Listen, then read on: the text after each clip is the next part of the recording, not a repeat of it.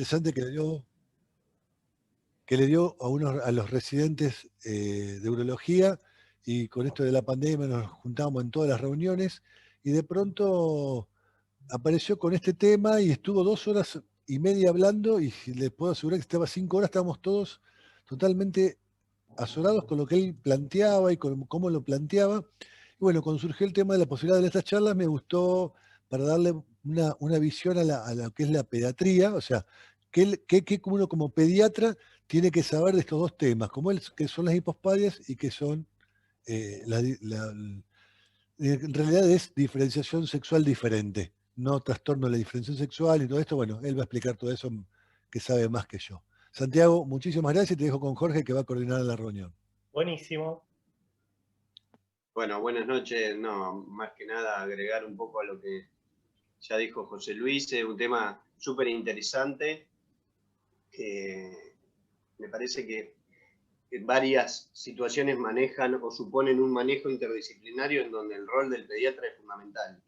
Entonces, creo que más allá de agradecerles la participación a todos los presentes, aprovechen a Santiago, que aquellos que tenemos la posibilidad y el gusto de conocerlo sabemos de su dinamismo en este tipo de charlas. Así que, bueno, nada, Santi, agradecerte como siempre, y es todo tuyo.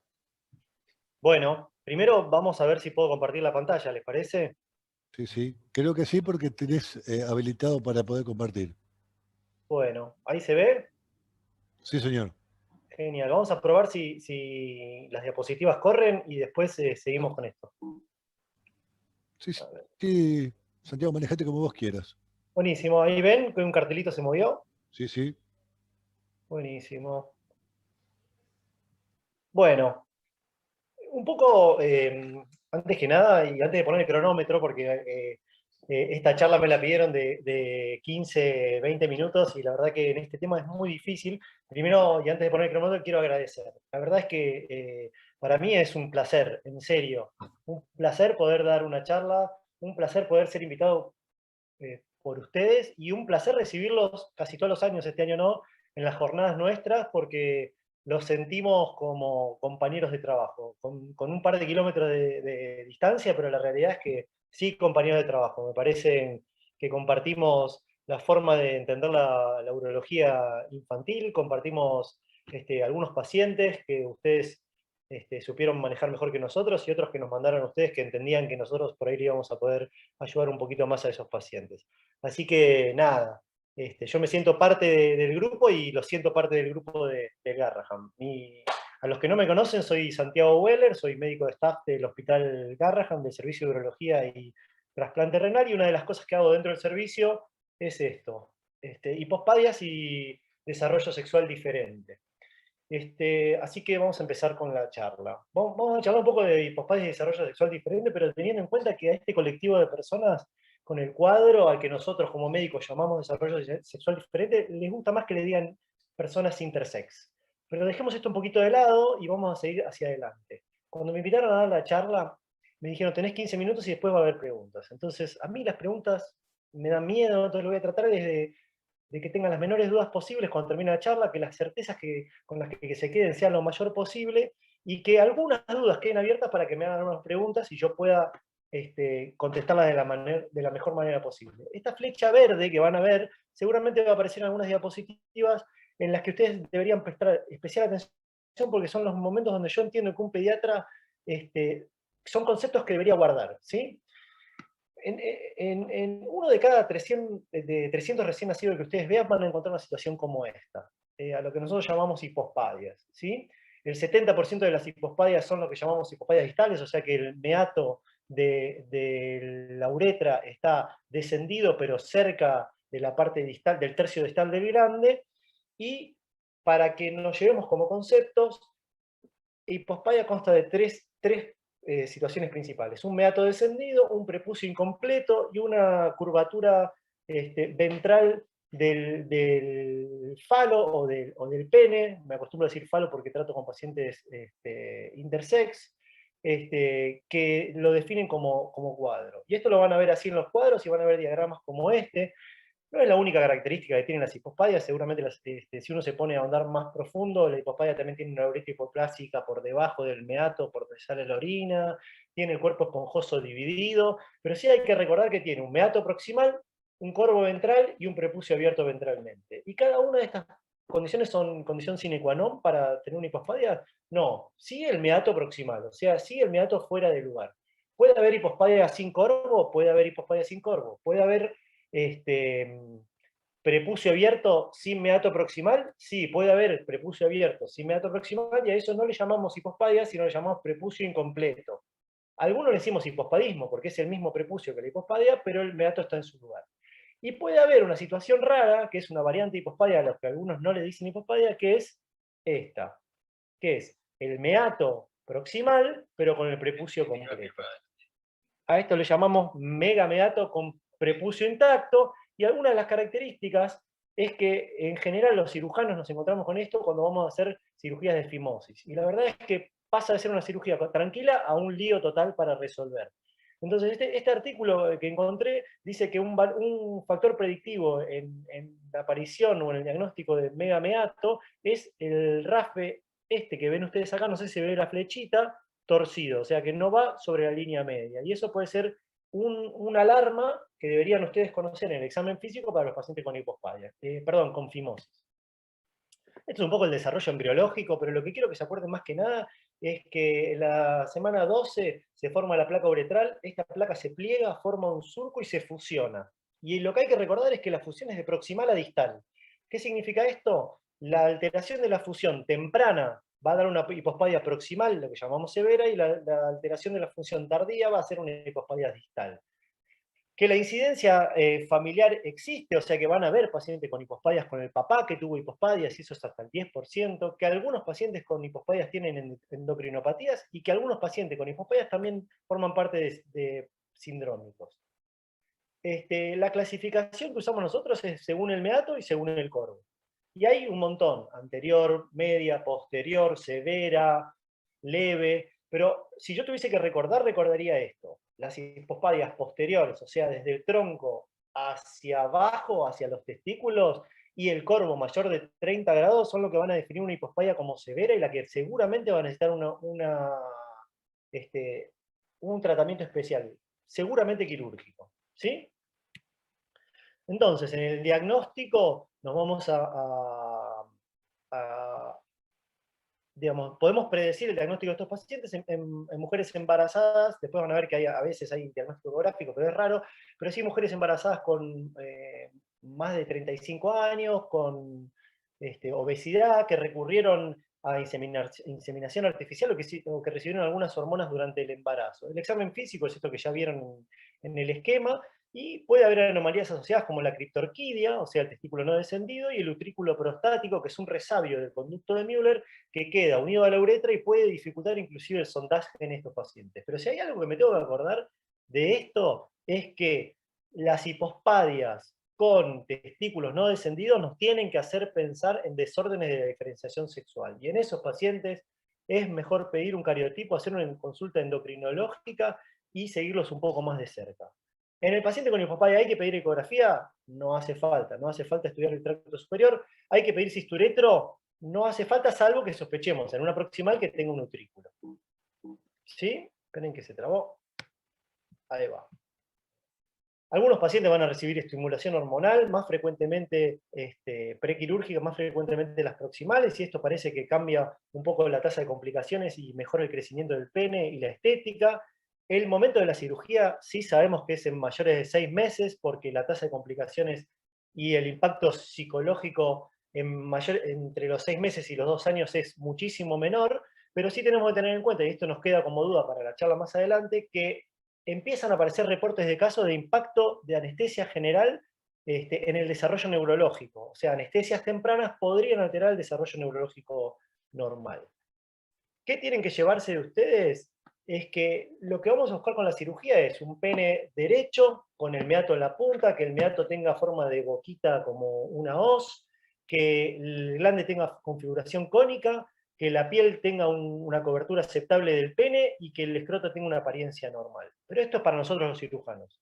Ustedes, como pediatras, para los pacientes, deberían poder hablar sobre estos temas. Que su hijo va a tener una sonda entre 7 y 10 días, que probablemente esa sonda termine en un pañal o en una bolsa, dependiendo de la edad del paciente, que dependiendo del cirujano la primera visita es entre los 3 y los 7 días, a los 3 días a veces solamente se ve el paciente y a veces se le cambia la curación, que a los 7 a 10 días seguramente le sacaremos la sonda, que esta sonda se puede retirar y la curación con anestesia o sin anestesia dependiendo del cirujano, que algunos cirujanos damos antibióticos y otros no, y que el índice de complicaciones con antibióticos en hipospadias distales no está del todo demostrada, que los días de internación van a depender también de la clínica en la que estén internados, pero en general con un día de internación, una noche para control de la analgesia, esto alcanza y sobra, que las complicaciones posibles tanto en la clínica como en la casa son hemorragia, que se ve como una salida de sangre por debajo de la curación, que puede aparecer globo vesical y pérdida de orina perisonda, y eso es que se tapó la sonda que estamos usando,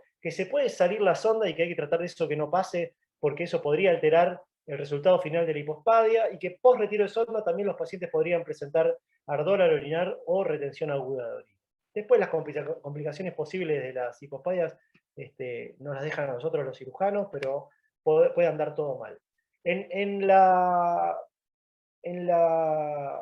los GOL, en las metas de la cirugía estaba la corrección del corvo. ¿Qué es la corrección del corvo? Esto que hacemos. Primero llenamos, lo que hacemos nosotros es llenar los cuerpos cavernosos con solución fisiológica y ver si tiene corvo. Y si tiene corvo, más de 30 gramos, como le había dicho, se hacen un tipo de correcciones, y más de 50 grados ya es mucho más difícil, y probablemente las cirugías necesiten 2 tiempos para corregir esos corvos. ¿Sí? Y un poco lo que buscamos es esto, pasar de un pene corvo a un pene recto. El principio de la uretroplastia, para no ponernos complicados, es formar un tubo con el tejido del pene del paciente. ¿Sí? Esta es la cirugía que más frecuentemente utilizamos, que se llama TIP, o se le da el nombre del cirujano, que es Snodgrass, y lo que hacemos es recortar los bordes de la placa de uretra y darle forma de tubo. ¿Sí? En algunos pacientes, cuando la placa que se necesita no es suficiente, lo que hacemos es reemplazar la placa por un injerto libre, tanto de mucosa del prepucio como mucosa de la boca, y a veces se ha utilizado mucosa de vejiga, esperar 6 meses para que esta mucosa se pegue, y después darle la forma de tubularización, que es la uretroplastia. Pero eso es un poco lo que hacemos sin entrar en tecnicismos. ¿Sí? Y acá es un poco lo que vamos a realmente hablar sobre las dudas e incertidumbres que se plantean en hipospadias, y es: ¿por qué este chico que tiene una hipospadia mediana, con un chorro torcido de recién nacido, necesita una cirugía correctiva de hipospadias? Entonces, ¿por qué operamos a estos chicos? ¿Los operamos por estética? ¿Los operamos porque el chorro miccional está alterado y estos chicos no van a poder tener micción parado?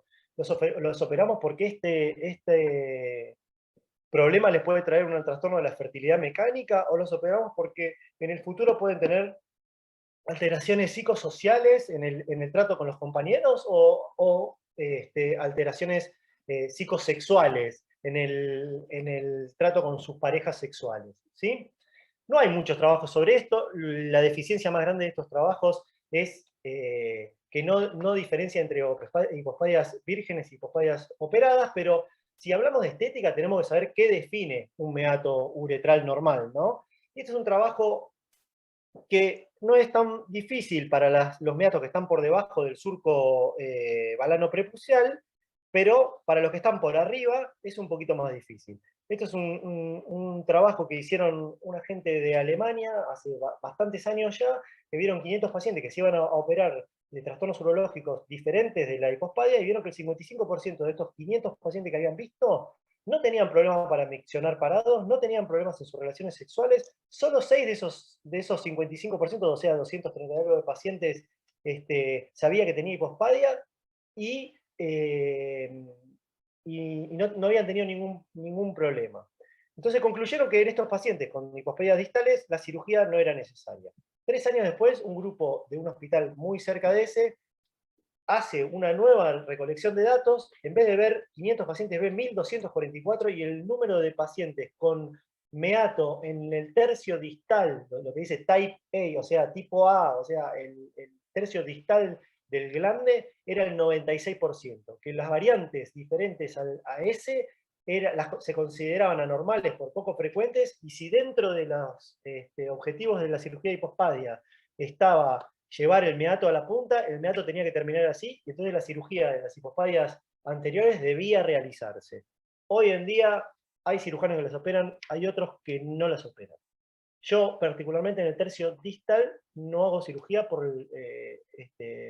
para tratar de evitar algo que ya está evitado, que es el chorro miccional y los trastornos psicosexuales o en las relaciones sexuales, más particularmente la penetración.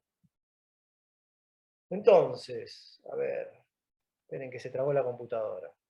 Vamos un poquito más para atrás. Esto, en términos de chorro miccional, cuando hablamos de chorro miccional hay que tener en cuenta de dónde estamos hablando. En Arabia Saudita, los varones hacen pis en cuclillas.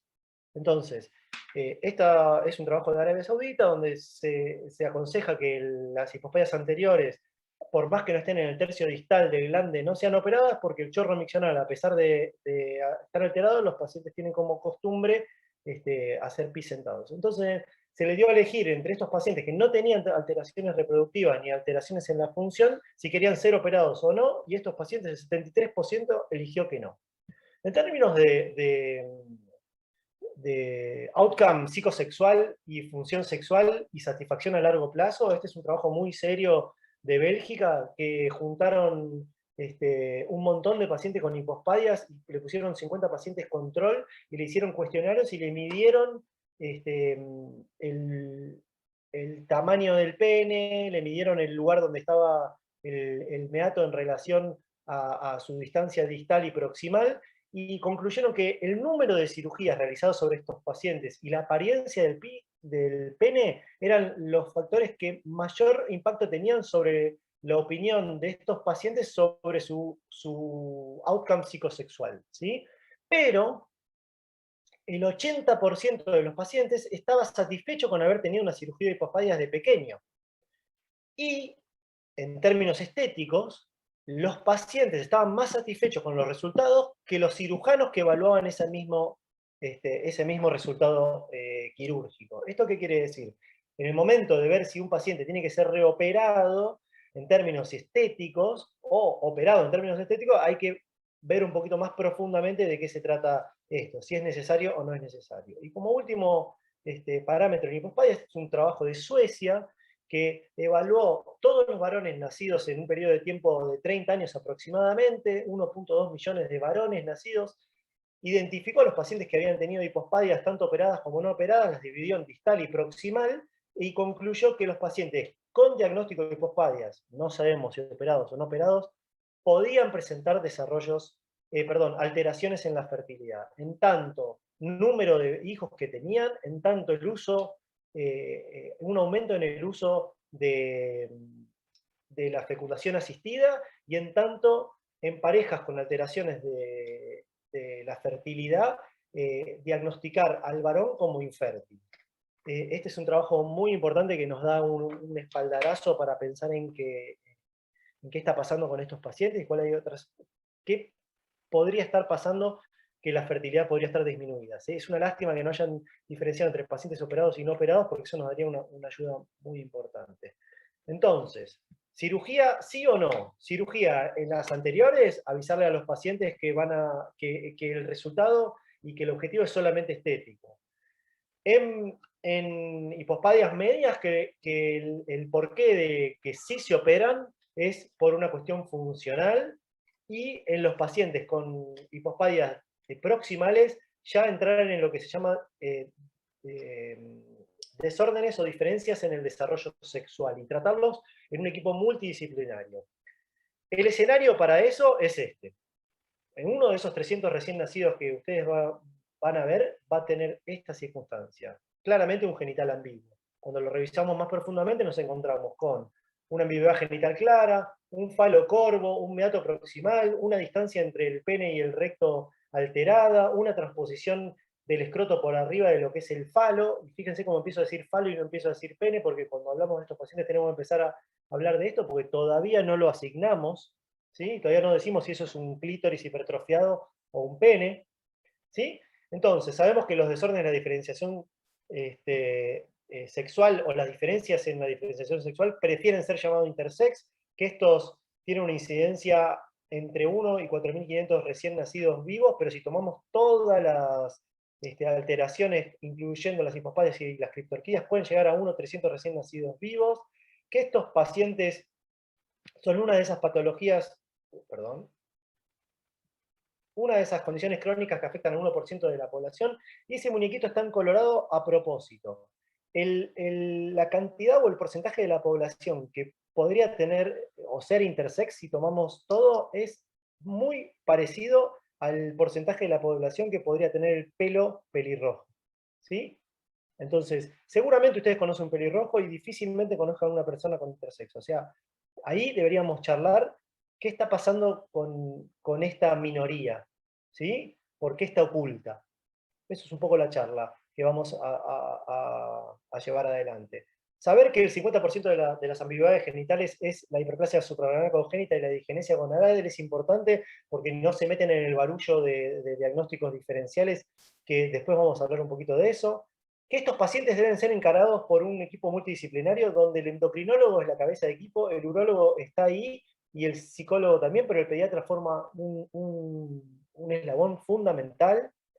Que estos pacientes, que el equipo de salud tiene un rol con estos pacientes y el rol es abordar el ingreso al sistema de salud de la manera que estos pacientes merecen, que es multidisciplinaria, para dar un diagnóstico y una asignación temprana, y después con esa asignación tomar una decisión terapéutica y tomar en cuenta los aspectos sociales y legales de los desórdenes de diferenciación sexual en la Argentina. En términos de diagnóstico, el diagnóstico puede ser prenatal, cada vez en mayor crecimiento, y en esto hablamos de los diagnósticos prenatales más conocidos, que son la ecografía, el cariotipo con amniocentesis, el sampleo de vellosidades coriónicas, y los no tan invasivos como el genotipo-fenotipo, la discordancia genotipo-fenotipo en el DNA fetal en el plasma de la madre. Debemos tener en cuenta cuando hacemos un diagnóstico prenatal que solamente el 15% de los pacientes van a tener diagnóstico prenatal, que la sensibilidad es no tan buena y que hay falsos positivos, y que está estudiado que estos diagnósticos durante el embarazo producen ansiedad, e inclusive se ha demostrado ideación suicida y voluntad de aborto en embarazadas con estos diagnósticos. Por lo cual, cuidado con la información. Debemos tenerla, pero saber manejarla. Otras formas es esto que hablaba del DNA fetal, y tiene hasta el 40% con una media de diagnóstico prenatal, de sensibilidad de diagnóstico prenatal de 24%, y otras son la medición de la distancia anogenital en los fetos entre las 20 y 35 semanas. Nada, pero es lo que van a empezar a escuchar. Sí, la sospecha diagnóstica postnatal, y esto es la diapositiva más importante de toda esta charla, es en el recién nacido, ambigüedad genital obvia, que es la foto que vimos recién, o en un aparente femenino, o sea, en un paciente con apariencia de mujer, el clítoris aumentado de tamaño, la fusión labial posterior, o una masa inguinal labial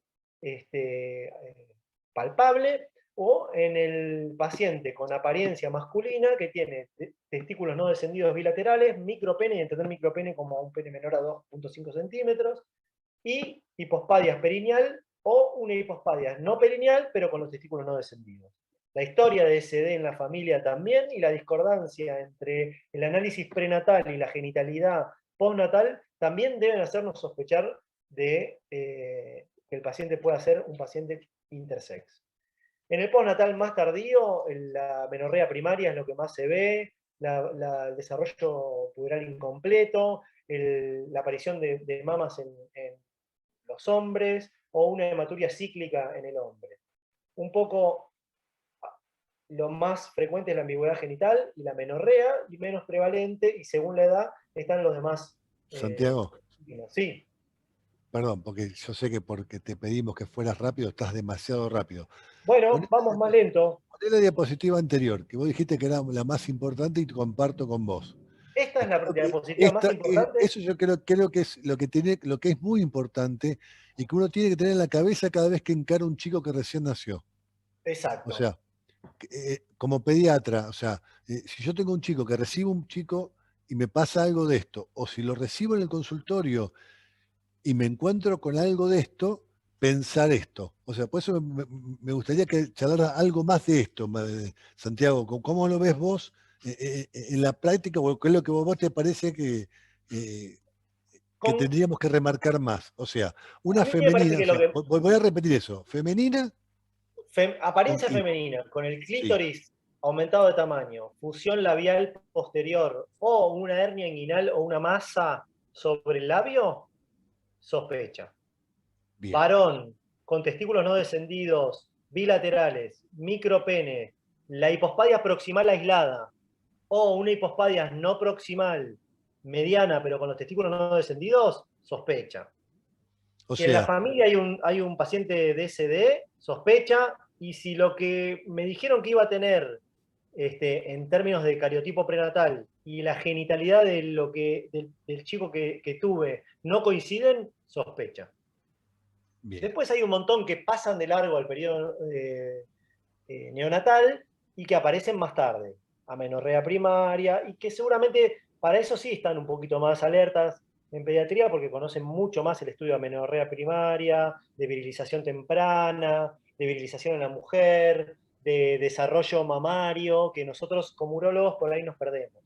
Ellos van a saber diferenciar mucho más entre un botón propio del desarrollo mamario a un desarrollo mamario en un varón en determinada edad. Y una cosa que sí Perfecto. nos salteamos nosotros como urólogos es la hematuria cíclica. Si una vez por mes el paciente aparece con hematuria y no tiene una causa aparente, podríamos sospechar eso. Si nos llevamos esto de esta charla, ya nos ganamos un montón. ¿Por qué? Porque después de esto hay ayuda. ¿Sí? Está el endocrinólogo que nos ayuda, está el urólogo que nos ayuda. Acá estamos solos, viendo al paciente. Entonces esto es un poco lo más importante de todo. ¿Sí? Bien. Perfecto, perfecto, Santiago, pero me pareció muy importante que lo remarcaras, por eso te corté. Perdón, ¿eh? Buenísimo, buenísimo. Voy a remarcar dos conceptos más, que es, ¿qué hacemos con esto? Y cuando empezamos a sospechar esto nos agarra la desesperación por decir, bueno, ¿qué le hago a estos pacientes? ¿Le tengo que hacer un genético? Y no, la verdad que el genético no es lo que más apura. Sí hacer una historia clínica concienzuda, sí poder tomar imágenes con un consentimiento y grabarla para evitar que el paciente sea revisado 800 veces y hacerlo pasar por ese momento de trauma que va a tener que pasar un montón de veces en la vida, con caras raras, porque cuando vemos eso nadie evita la cara rara. Pedir un laboratorio básico, que es un perfil hormonal, un ionograma, porque hay pacientes, hay una urgencia neonatal, que es la hiperplasia suprarrenal congénita perdedora de sal, y esa es la única que no podríamos saltearnos. Y después, imágenes simples. Empezar por una ecografía para ver si hay algún resto mulleriano y nos va a permitir entender más adelante el cuadro. Pero no traten de ir mucho más allá y tratar de ver qué le vamos a encontrar, porque la realidad es que si lo encaramos de esta manera, es la mejor manera posible. El genético, buenísimo, pero más adelante. En las primeras 48 horas, obligado esto, porque esto nos va a ayudar a asignar y a un montón de cosas. Hay un montón de cosas para prestar atención y hay scores que nos dicen cuán cerca estamos de un desorden de la diferenciación sexual y cuán lejos. Y esto es un poco lo que lo puse para que lo vean, pero no tiene mucha importancia. Sí estaría bueno poder registrar estas cosas, la distancia ano-genital, y para las hiperplasias suprarrenales, estas ya son características que va a tomar en cuenta el urólogo y el endocrinólogo para ver qué tipo de tratamientos ofrecemos posteriormente. Pero sí, cuando estamos perdidos con esto, cuando no conseguimos recordar este tipo de clasificaciones, por ahí pedir un consentimiento informado y registrarlo. ¿Para qué? Para evitar que 800 personas estén mirando a esa persona y en el futuro se sienta raro. Y la verdad es que de lo que más se quejan los pacientes intersex es de esto, de exámenes físicos repetidos, con gente que los trata como raros y qué sé yo. Pero la verdad es un poco eso. Después, entender que la clasificación, la verdad es que esto cambió muchísimo. Al principio se llamaban intersex, después se llamaban pseudohermafroditismo, después empezamos con desórdenes de la diferenciación sexual, la gente del colectivo se sintió afectada por este nombre y lo cambiamos a diferencias de la diferenciación sexual, y ahora volvimos otra vez a intersex. Pero un poco las 3 columnas son alteraciones cromosómicas, 46XY con alteraciones de la diferenciación sexual y 46XX con alteraciones de la diferenciación sexual. Pero si me preguntan a mí, creo que el mayor error está en embolsar a todos los pacientes con esto dentro de un cuadro. Para mí, los pacientes son cada una de esas cosas. El Turner es Turner, la digenesia gonadal mixta es digenesia gonadal mixta, el TAIS o insensibilidad total a los andrógenos es insensibilidad total a los andrógenos, pues si no, empezamos a pensar en tengo un paciente de DSD y tenemos que empezar a buscar adentro de esta bolsa de datos, y la verdad que son todos los pacientes diferentes, es una forma de tratar de entenderlos desde la ciencia, pero en verdad yo creo que nos estamos haciendo lío. Y el momento de la asignación, que sí les va a quedar un poco de lado, y entender cómo es un poco la historia del momento de la asignación, y a veces en un momento de la historia nuestra no tan alejado se pensaba que criando un paciente como masculino iba a terminar masculino, y criando un paciente como femenino iba a terminar femenino, y que la naturaleza y la crianza eran opuestas. Hoy en día se piensa que la biología, la crianza, la sociedad van a determinar el género, la elección de género en el futuro, y por parte de la familia y por parte del individuo. Pero en urología se sigue tomando parámetros de hace 50 años para asignar, ¿sí? El potencial reproductivo, la función sexual, la menor cantidad de procedimientos médicos, el bien psicosocial, y están todos basados en una visión binaria, o sea, en el binarismo femenino-masculino. Y entendiendo el binarismo, o dentro del binarismo, hay toda una visión nueva sobre lo que es el feminismo hegemónico, que habla de que dentro del binarismo se utilizó como patrón al hombre, y la ciencia está volviendo a rever un montón de parámetros normales desde ese punto de vista. Hace 1 año y medio más o menos salió un artículo en la revista Nature que hablando de esto, del neurosexismo, y lo que hablábamos nosotros de que en un momento de la gestación el cerebro se impregnaba con hormonas, se vio que eso no existe, que no hay un cerebro masculino y un cerebro femenino, que eso es un bias de la ciencia. Y esto es un poco como va a empezar a crecer la ciencia de ahora en adelante. Sí, sabemos que para asignar las recomendaciones están basadas en el diagnóstico, porque la disforia de género futuras tienen que ver con el diagnóstico, con la apariencia genital, con las opciones quirúrgicas que le podamos dar al paciente o no quirúrgicas, con la necesidad de una terapia de reemplazo de por vida, con el potencial de ser padres en el futuro, con la visión que tiene la familia sobre la genitalidad y sobre la sexualidad y sobre el binarismo, y circunstancias sociales también, ¿no? Pero sí sabemos que no importa cómo asignemos a estos pacientes, el 50% en el pool general de pacientes de SD van a presentar disforia de género. Algunas patologías tienen más disforia de género que otras. Sí sabemos que la hiperplasia suprarrenal congénita criada como mujer se mantiene en el 90% y solamente el 10% presenta disforia de género, y la insensibilidad total a los andrógenos, el 100% de las criadas como mujer, o asignadas mujer, quiero decir, no criadas, asignadas mujer, se van a mantener ahí, no van a tener disforia de género. Después cambia un poquito. Pero todo eso está basado en serie de casos que la verdad que es, nos falta un poquito, ¿no? Vamos a pasar un poquito más adelante. Entonces, un poquito la asignación pasó de ser genital a hacer una asignación más holística, donde tomamos en cuenta un montón de cosas, y pasamos del modelo binario a un modelo un poquito más fluido, y hay algunos países en el mundo donde ya están empezando a aparecer la posibilidad de anotar a los bebés en el documento con algo que no es ni varón ni mujer, ¿sí? Que es indeterminado, que es intersex, y si vamos a las redes sociales, que es lo que están manejando las generaciones últimas, hay posibilidades de anotarse como, qué sé yo, Facebook tiene 70 opciones de género para anotarse cuando uno saca una cuenta, qué sé yo. En el tiempo las asignaciones fueron cambiando, desde el 90 hasta el 2000 se asignaron más fetos varones, y eso también habla un poco de contexto social, ¿sí? En países occidentales la diferencia entre hombre y mujer habla de la relación de clases, y en un montón de países es mejor tener un varón que un hombre, entonces la tendencia tendió a ser esa, cuando antes era cuál era el más fácil de operar.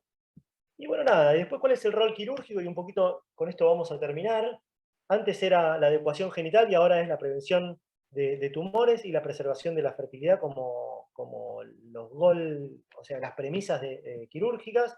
Y en la preservación de tumores tenemos que saber que los pacientes, hay pacientes que van a tener más frecuencia de tumores que la población general, y los tumores pueden ser gonadales o no gonadales, y el rol que tenemos nosotros puede ser el control, hacer una biopsia o directamente la gonadectomía. Sabemos que los pacientes que tienen línea I, o sea que en alguna parte de su genético aparece el I, como cromosoma o como un loci, van a tener muchísima más frecuencia, hasta 35% o 50% más de malignidad gonadal, ¿sí? En eso está sugerida la gonadectomía. Hoy en día no digo está indicada porque si podemos poner la gónada en algún lugar que sea controlable, podríamos evitar la gonadectomía. Y después hay otras patologías que tienen riesgo intermedio o riesgo bajo, donde se sugiere una biopsia y dejar la gónada en un lugar palpable. ¿Ok? En relación a lo último, y no quiero meterme en esto, hay grupos o colectivos de personas, y digamos, la forma de ver la relación que tiene el sistema de salud con este colectivo no es la más grata, ¿sí? Hay un montón de gente que están pregonando por que paremos de operar a estos pacientes y diciendo que las cirugías son mutilaciones y que vienen de una historia de sufrimiento, e inclusive hay reconocimientos por algunas expresiones dadas por la Organización Mundial de la Salud, que las cirugías genitales podrían ser tratadas como torturas dentro de la legalidad. Meterme en este tema, si quieren lo hablamos ahora, pero es un montón. Pero, digo, todo esto se está reviendo. Esta es un poco la charla, los invito a preguntarme lo que tengan ganas. No quise, José, Jorge y Juan vieron seguramente la charla mía previa, donde hay un desarrollo total de lo que es la legislación. Me parece que voy a tender a confundir y asustar, y a nosotros sí nos sirve, porque lo que había que hacer es mover el avispero dentro de la cirugía y empezar a preguntarse, pero me parece que para pediatría voy a terminar haciendo lío. Así que los invito a preguntarme lo que quieran. No voy a contestar nada, pero pueden preguntarme lo que quieran. Bueno, Santi, excelente la charla. Yo creo que en parte plasmaste un poco los tips que son necesarios que los colegas de pediatría manejen o que queden por lo menos bien explicitados. Yo tengo una pregunta que Sí. me surge a veces a título personal en el manejo de estos pacientes. Como vos bien decías, el diagnóstico cada vez es en el periodo perinatal, ya sea prenatal o postnatal inmediato. Y creo que una de las cuestiones que me gustaría, o por lo menos que vos te explayaras en el manejo, es en la comunicación y en la información. Porque muchas veces es el neonatólogo el primero que enciende las alarmas frente a una eventual ambigüedad genital. Entonces, mi pregunta es, ¿cómo considerás vos que debería ser manejada la información, dado que los padres probablemente se desayunen con esta circunstancia o que haya pasado desapercibida durante el embarazo? ¿Y cómo crees vos que sería el manejo más adecuado teniendo en cuenta o contemplando todas estas circunstancias que hoy por hoy se le da más énfasis en el manejo y en la comunicación hacia los padres con respecto a esto? ¿Cómo lo manejan ustedes? ¿Quién le pone el pecho inicial? ¿Cómo proceden? A ver, hay algo que es inevitable. El neonatólogo va a ser el primero que se va a encontrar con la familia. ¿Sí? Dentro de lo que estamos hablando como grupo, nosotros creo que lo que hace falta es educación. ¿Sí? Educación en esto que vos acabas de plantear. El primer objetivo de educación es eso, es el choque del paciente con el sistema de salud, que es el parto. El neonatólogo que se encuentra con genitales ambiguos y lo primero que hace es cara rara, ¿sí? Porque no sabe, porque no está acostumbrado, porque la mayoría de los partos son chicos con genitales normales. Yo creo que todo paciente tiene derecho a una asignación sexual, ¿sí? Pero no hay que apurarse. ¿Sí? La recomendación es que el paciente salga asignado, pero no apurarse. ¿Qué significa no apurarse? No decir, bueno, usted tiene un varoncito y después que se lo cambie otro. porque eso es lo que más genera rispideces con la familia, ¿sí? Transmitir la duda a la familia, ver que lo vamos a encarar de manera multidisciplinaria, que todavía no le podemos decir qué está pasando, ¿sí? Que por ahí lo que le dijeron prenatalmente no es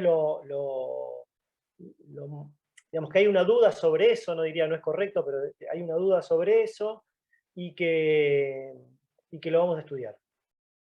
Y a encararlo de manera multidisciplinaria. En general, la cabeza del equipo es el endocrinólogo, que tiene muchísimo más claro estas cosas, pero sí o sí, como vieron ustedes, tiene que haber alguien que esté acompañando a la familia, en tanto este es un tema que puede producir una disrupción total de la dinámica familiar. ¿Sí? Pero para ser absolutamente claro, en los pacientes con mayor ambigüedad y en los pacientes que a nosotros nos costó más asignar y en los pacientes que más dificultoso fue reasignar, o sea que son pacientes grandes que venían con una sexualidad, con un género asignado y lo tuvimos que cambiar porque los más abiertos a eso eran las familias. ¿Sí?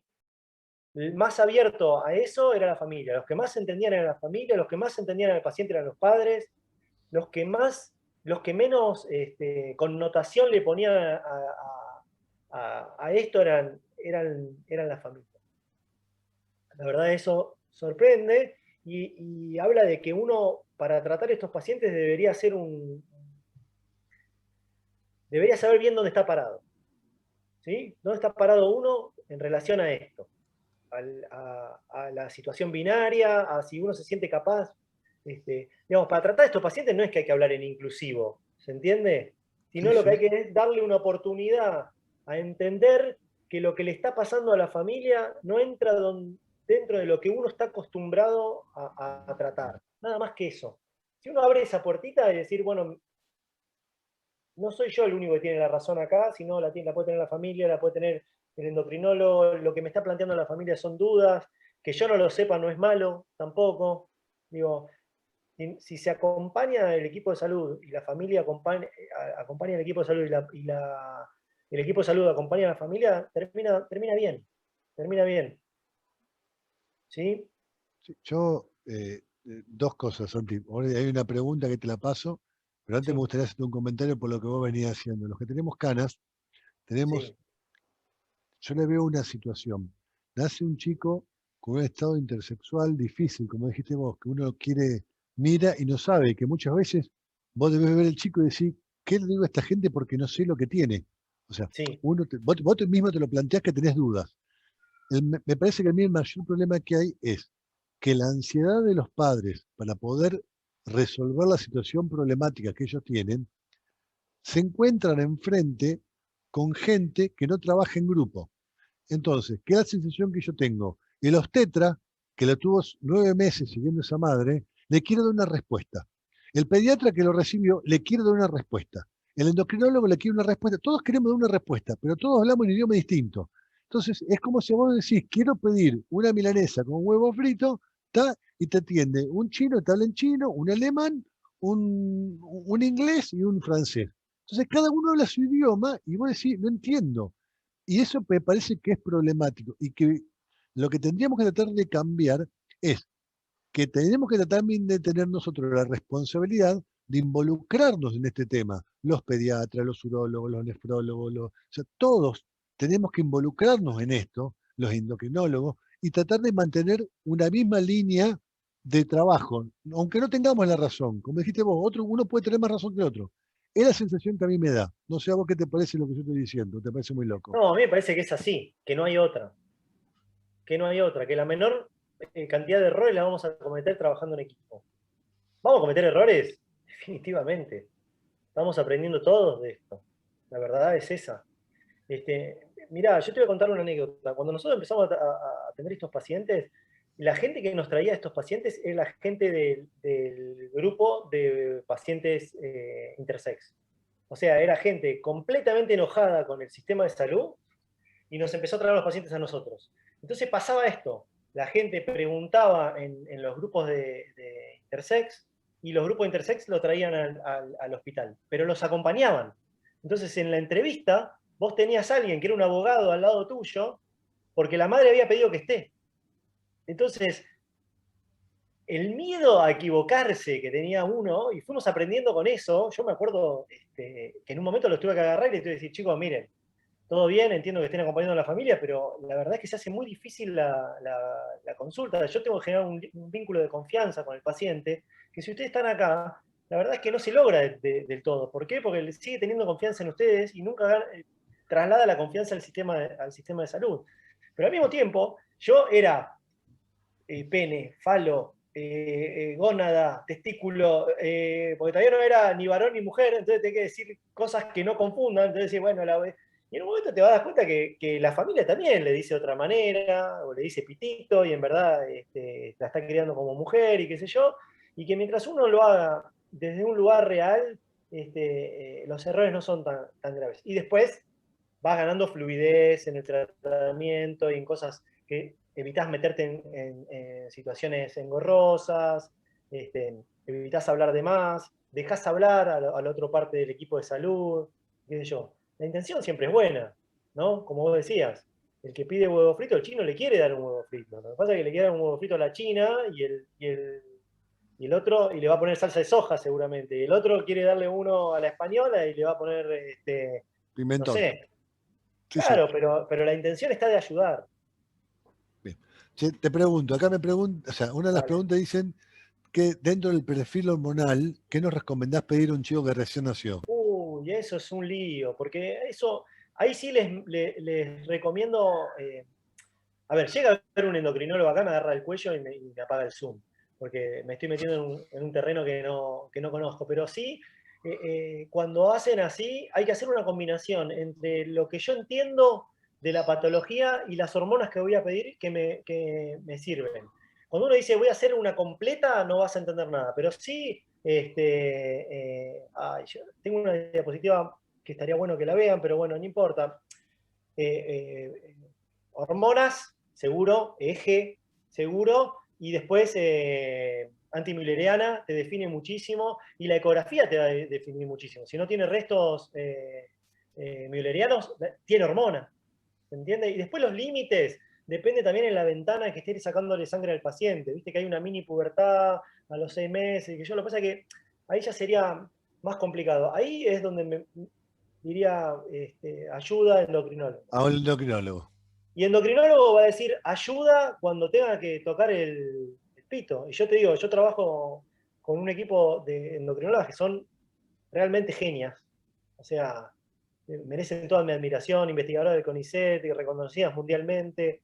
Y cuando se compraron un calímetro para medir los pitos, y que yo igual me lo traen, lo vemos, lo tocamos, y yo digo, mira, esto es una hipoplasia del cuerpo cavernoso, no es micropene, pero se ve que hay falta del eje de testosterona porque no hay buen desarrollo de los cuerpos cavernosos, qué sé yo, y ellas anotan ahí en la historia clínica y qué sé yo, como yo escucho cuando ellas hablan de genética, pero realmente meterme ahí sería dar un consejo de algo que yo no hago.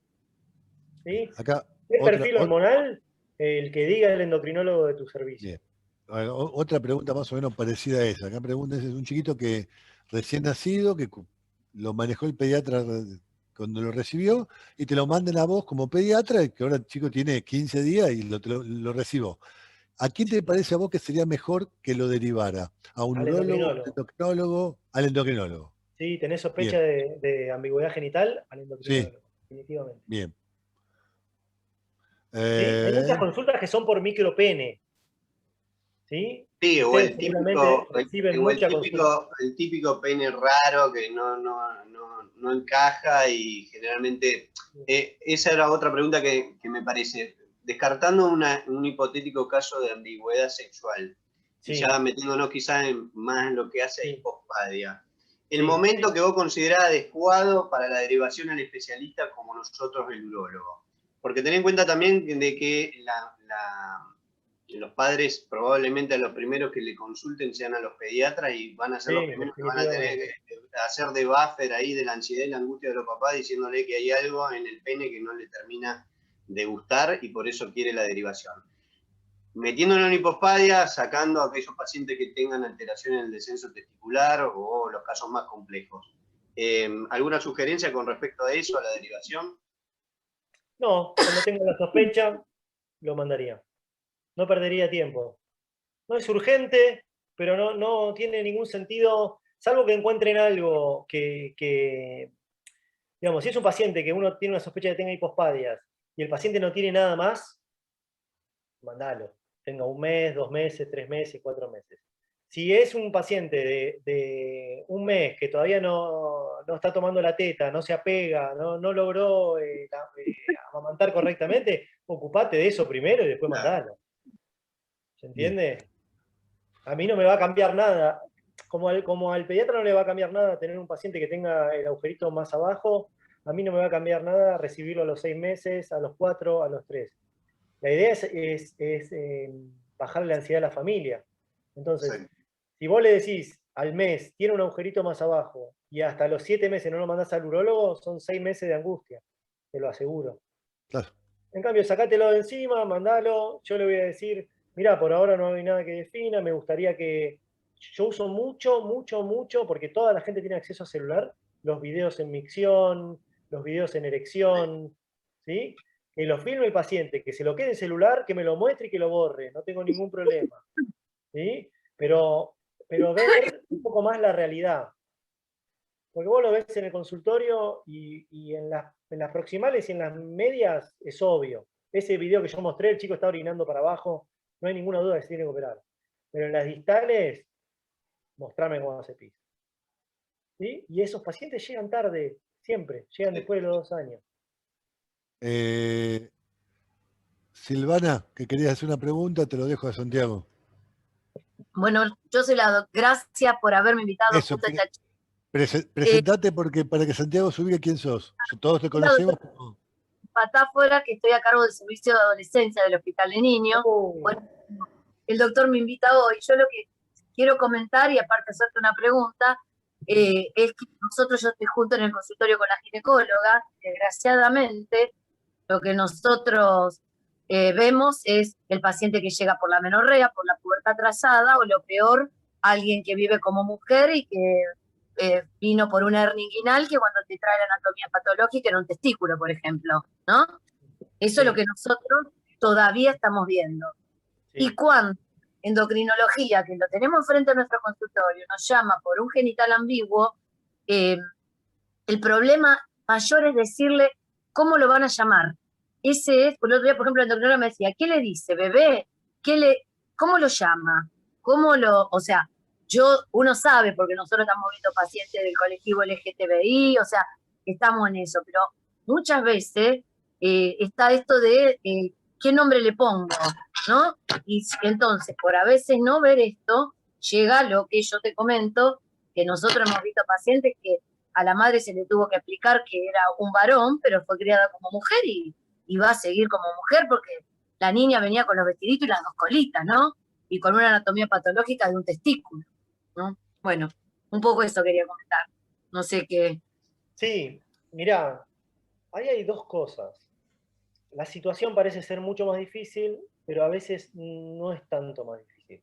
En lo que estamos viendo últimamente en pacientes intersex, de lo que se habla es del momento en que el paciente puede consentir elegir un género.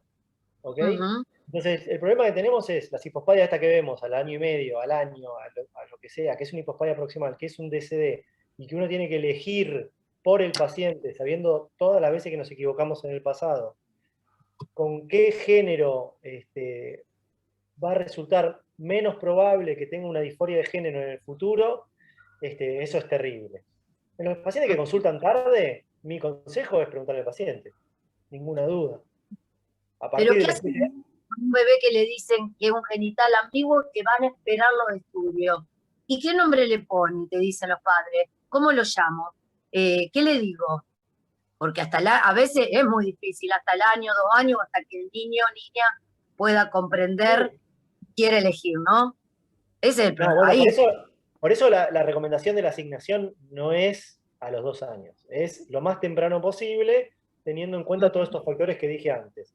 ¿Cómo le pondría al paciente? En general, en mi experiencia, los padres ya vienen con una elección tomada. Lo que dudan es cuando uno les plantea toda esta situación. Pero, digo, yo lo seguiría llamando, en tu caso, lo seguiría llamando como se llaman, ¿no? Por el nombre. Sí, es lo Tiene que testículos, si se llama Andrea, le diría Andrea. ¿Qué por sé yo? supuesto, sí. Definitivamente. Y en los Uno bebés, tiene años no la va, a esta altura no la va a llamar por otro nombre. sí, por eso es más que claro, ¿no? Pero, Ujú. pero respetar también el género en el trato, ¿viste? Los artículos y todo eso, más allá que vos sepa que tiene testículos, pero fue criada o eligió ser mujer. Después si cambia o no cambia, cuando tiene voluntad, ya es pleno del paciente y mi recomendación es definitiva es escuchar eso. ¿A partir de qué edad escuchar eso? Cualquier edad. Sí, Cuando el paciente hace una manifestación sobre género o disforia, hay casos súper tempranos, desde los 3 años, sí, sí. y en adultos los reportes son que yo sabía que mi cuerpo y mi sensación no coincidían, es desde súper temprano. Y eso, nada, escuchar a los pacientes. Ujú. En los que todavía no hablan y qué sé yo, un poco la elección la toma la familia. No me metería mucho en eso. Sí, Está bien. tratar de dar una asignación temprana conjunta, ¿no? Eh, bueno, mm, la recomendación es ir por este lado y qué sé yo. Va a llegar un momento donde la sociedad esté preparada para no tener que decirle que es varón o mujer, pero ahora no está preparada. No. Santiago, acá también preguntan si el cariotipo no te sirve. ¿Cómo no me sirve? Si el cariotipo es No, confiable o no, si no es confiable, claro. No. repetirlo. O sea, ¿qué utilidad le das vos en la asignación De de, género. de género si vos No, el le cariotipo utilizás el cariotipo? No. no, no, porque la determinación de DSD es la discordancia entre la información genética y la genitalidad del paciente. Con lo cual, si me baso en el cariotipo, lo más probable es que la esté pifiando. Porque si no, no sería una disociación. Lo Perfecto, que sí perfecto. uso el cariotipo es para ubicarme en qué diagnóstico tiene el paciente específico. O sea, un paciente puede tener muchos X y un Y, Sí, sí. puede tener, qué sé yo. Digo, pueden pasar un montón de cosas. Que creo, Santi, que eso tampoco es una cuestión menor, porque hemos tenido casos nosotros, Flaco, Juanca y Horacio, Sí. con comorbilidades extragenitales que también tienen que ser atendidas por el pediatra. Entonces, Sí. trastornos en el desarrollo psicosocial, etcétera, etcétera, que también me parece que es pertinente que se sepa, porque esos pacientes con esas alteraciones genéticas pueden estar predispuestos a otras comorbilidades más allá de lo genital, ¿no? Sí, en los pacientes cromosómicos, dentro de las 3 estructuras de DSD, que es 46XY, 46XX, los cromosómicos, que está el Turner, el Klinefelter y todo eso, anoten porque hay asociaciones para tirar para arriba. Eso sí, son pacientes que hay que verlos de una manera interdisciplinaria, pero no para la asignación. Vas a necesitar cardiólogo, vas a necesitar un montón de cosas que vas a tener que llevar adelante, muy probablemente antes que las que tengan que ver con esta charla. Y también no olvidarse de la hiperplasia cerebral congénita perdedora de sal. Esa paciente tiene que verse el riesgo de vida antes que otra cosa. ¿Sí? ¿Alguna otra pregunta? Horacio. Santiago, Sí. sí. Primero, felicitaciones, muy buena la exposición. Segundo, Santiago. ¿Cómo anda, Horacio? No lo había visto. No, está bien. Hemos perdido, por ahí no hemos perdido, sino que hemos ganado en definitiva. Antes el médico en la década del 80 era un dios. Y lo que decía se hacía y la familia lo tomaba como tal. O sea, hablábamos de un sexo fenotípico, genético y familiar. Era el Sí. caballito de batalla y de acuerdo a lo que veíamos, hacíamos y corregíamos. Esto me pasó hasta que en el 86 yo hablé con la psicóloga y me decía el chico, recuerdo el nombre y el apellido, tenía 7 años y con el falo Yo le decía que logramos que orine por la punta y con las 2 gónadas que era un intersexo se la habíamos sacado y le habíamos colocado 2 prótesis. Esto a nivel hospitalario. Estaba en manos de un juez porque había sido un niño abandonado. Y ella me contestó, a vos lo único que se te ocurre es que tiene un palo para penetrar y que puede orinar por la punta. ¿Y te parece poco? Le dije yo. Vos no entendiste nada, me dijo la psicóloga, y ahí me hizo un planteo de que a lo mejor no era el camino correcto. Pero hasta ese momento todo el grupo, tanto el grupo del Garrahan, hablábamos del mismo tema y todo esto ha venido para cambiar y, lógicamente, para quedarse. Entonces, a veces las palabras deben ser correctas, la utilización del lenguaje, y creo que, como vos comentaste antes, uno tiene que ser el que comanda el barco, que es el pediatra, porque tiene más, digamos, llegada a la familia y va a ir dándole respuesta a las preguntas. Yo digo que muchas veces nuestro secreto es decir no sé, no es ningún pecado, decir no sé, vamos a ver, vamos a esperar, y después tomar las decisiones más correctas para un beneficio del paciente. Y ahí cambiás el lenguaje, como decís vos. Ya no usás testículo ni ovario, usás gónada, usás falo, no usás pene. Entonces, no le das el pie para a errores por ahí en el léxico que puede confundir a la familia. Y decir no sé, y estamos en estudio, y no es malo. Yo creo que esto ha cambiado y va a ir para mejor, pienso. Antes éramos dioses, creíamos que éramos dioses y lo que hacíamos estaba todo bien y nunca nos replanteábamos más nada. No hacíamos otras consultas ni preguntábamos y decía, está bien, si es un micropene es conveniente hacer una vagina, no nos fijábamos si tenía falta de receptores, no importaba porque el conducto iba a servir y nada más, y estaba todo bien. Pero bueno, a veces a través de los errores uno aprende, más en todo esto. Es un comentario. Sí, lo que sí es claro es que hoy en día tenemos una responsabilidad que es juntar datos, sí o sí. Porque lo que estaba mal hace un tiempo, lo que estaba bien hace un tiempo hoy está mal, y lo que está bien ahora más adelante está mal, pero eso no sabemos si lo que estamos diciendo es verdad o es mentira. La realidad es que el peso estadístico de todos los trabajos que hablan de esto es muy, muy, muy bajo, es serie de casos mal juntados y qué sé yo, y los seguimientos de pacientes con este tipo de cuadro es muy, muy, muy malo. Y si yo digo binarismo y un montón de palabras que parecen hoy ayornadas a la época, esto no tiene mucho tiempo en mi vocabulario, en el hospital, ni en el mundo. Los 2 consensos que hay para este tipo de patología fueron cambiando. Los últimos cambios que se hicieron no tienen más de 4 años.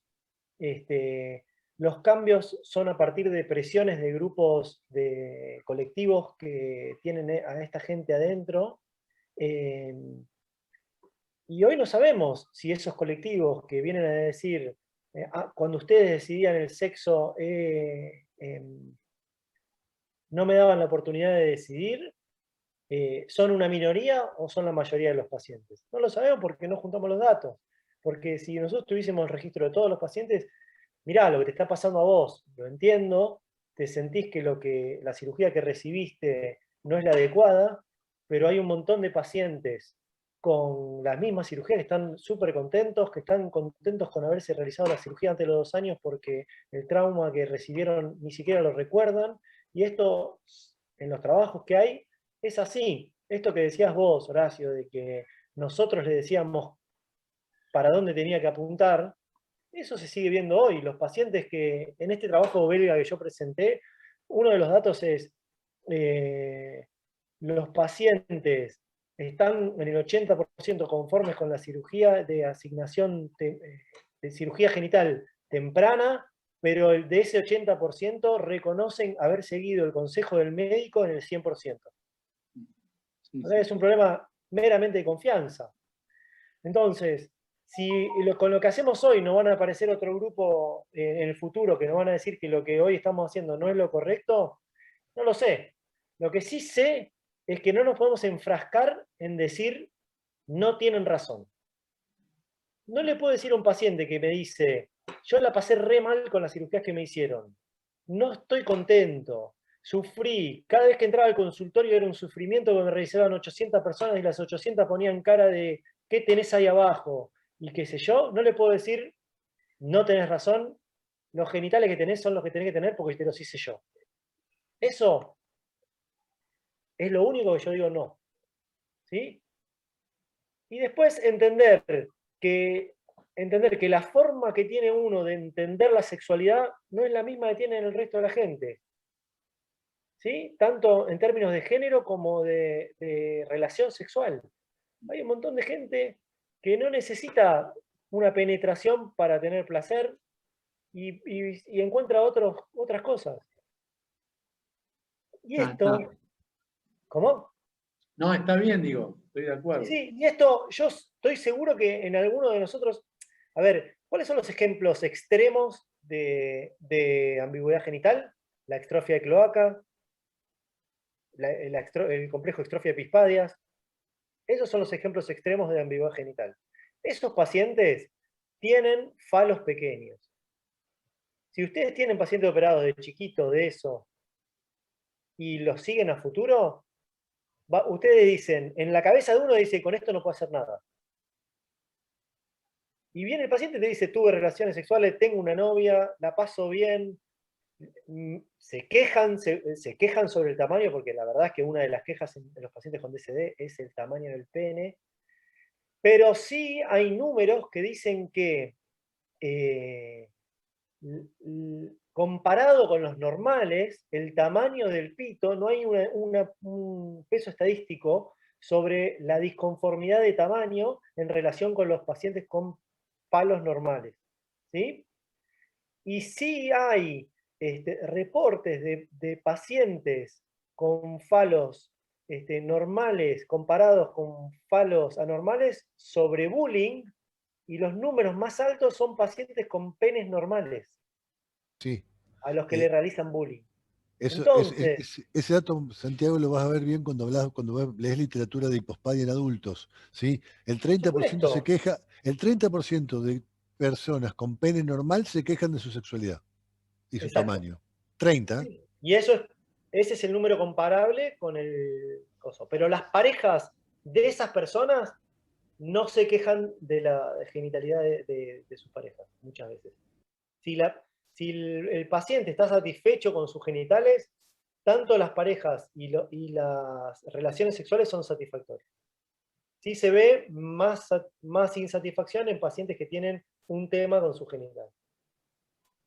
Pero muchas veces vos decís, yo quiero, los padres te dicen, yo quiero que lo operes porque no quiero que en el colegio le hagan tal cosa.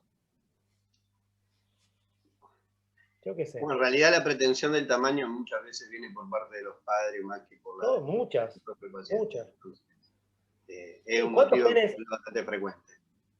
Que lo trae el papá a raíz de... Sí. ¿Cuántos consultas por micropene tuvieron que no era nada o era pene enterrado? Sí. Muchísimas. ¿Cuántos micropenes reales recuerdan haber visto en el consultorio últimamente? Muy poco. Muy poco. Nunca. No ves nunca. Está asociado a esto, que es mucho. O sea, que lo que primero ves no es el tamaño del pene, es el agujero que le está saliendo por la espalda, o sea, otras cosas. No quiero ser discriminativo, pero una realidad del consultorio. Es más la mamá que los papás, que traen por el micropene, por el pene. Eso es verdad, pero también hay mucho lleve y trae, Horacio. El papá le dice eso, no sé cuánto, y la mamá viene a consultar, y hay mucho de eso, por lo cual no lo sé. Sí que la sociedad completa tiene una visión errada sobre el tamaño del pene como el de pito grande maneja el mundo. No existe. Sí, son mitos. Totalmente mito, además, intentando darle un poquito de gracia a la situación, el promedio de pene más pequeño en el mundo está en China y son el imperio que va a llevar todo por delante. Sí, Santiago. Bueno. No, listo, Jorge, sí. Pobre africano. No, iba a hacer un comentario a raíz de eso. Te escucho. es así. Yo creo que por eso me parece más que interesante esta charla, independientemente de los tips para el manejo. Yo creo que hemos aprendido mucho en lo comunicacional, vamos a tener que seguir aprendiendo un montón. En saber expresarnos como corresponde, contener en todos los aspectos que sea posible, cada uno desde su lugar y desde su especialidad. Y obviamente los conceptos en torno a la sexualidad van cambiando, probablemente nuestros hijos lo manejen de una forma totalmente distinta a la nuestra, que de hecho ya lo hacen. Entonces me parece que en la consulta también uno como especialista tiene que tener todas las herramientas suficientes en lo que hace a lo comunicacional para contener a ese paciente y tratar de que en conjunto logremos una visión más integral de la persona, que en definitiva es lo que importa. Así que bueno, no sé si alguien más quiere hacer algún comentario. Me pareció excelente tu charla, Santi, como siempre, súper útil, práctica y bueno, creo que da para largo, así que quizás tengamos la parte 2. Si seguimos con esto, Santiago, te podemos tener toda la noche. Yo sé que vos no tenés problemas, pero haciendo ya horario a tu tiempo y a tus cosas, nada, desde el Grupo de Urología Pediátrica de la Sociedad de Pediatría Rosario, te agradecemos tu predisposición y tus tiempos, y sé que estuviste dedicado a armar todo esto, que te cuesta porque es fácil hablar 2 horas, pero es difícil hablar 15 minutos. Así que te agradezco mucho, Santiago, en nombre de todo el grupo, y bueno, obviamente que estamos más que agradecidos contigo. Les agradezco a ustedes, amigos, así que si va a haber parte 2, 3, cuenten conmigo. Les paso por el chat mi mail, el que quiera bibliografía sobre el tema se la paso. No es menor para plantarse bien en este tema, escuchar lo que tienen para decir estos grupos. Hay muchísimas charlas TED súper interesantes, hay charlas en YouTube súper interesantes de pacientes que han padecido un montón de esto. Hay charlas de médicos, hay un montón de información. Lo único que hay que tener es un poquito de tiempo para escucharla con los oídos abiertos, porque la verdad es que uno tiende a, cuando escucha lo que no le gusta, es a cerrarse y decir no. Y la verdad es que la única herramienta, no es la única, pero la más importante que necesitamos para atender a estos pacientes es eso, mantener los oídos abiertos y dar lugar a lo que tengan para decir. Porque la mamá que te viene a decir que el hijo tiene el pene chiquito, más allá que está diciendo cualquier cosa, viene súper angustiada. Entonces, si vos le decís, no, qué pene chiquito, la matás. Entonces, por ahí decirle, mirá, esto es absolutamente normal y qué sé yo. Yo he tenido pacientes con pene enterrado que le dijeron que no iba a poder tener hijos. Y vos decís, la mataron, o sea, una cirugía absolutamente estética. Pero bueno, por eso tiene más que ver con poner por delante lo de uno que lo del paciente. Y con un ratito, con el mismo tiempo, pero con otra predisposición, cambia la consulta. Así que nada, cuando quieran nos volvemos a ver, amigos. Bueno, Santiago. Santi. Un abrazo enorme. Gracias. Espero que nos veamos pronto presencial. Sí, esperemos. Dale. Un abrazo. Están todos vacunados, ¿no? Lo último, ¿todos vacunados? Y no sé, creo que casi todos.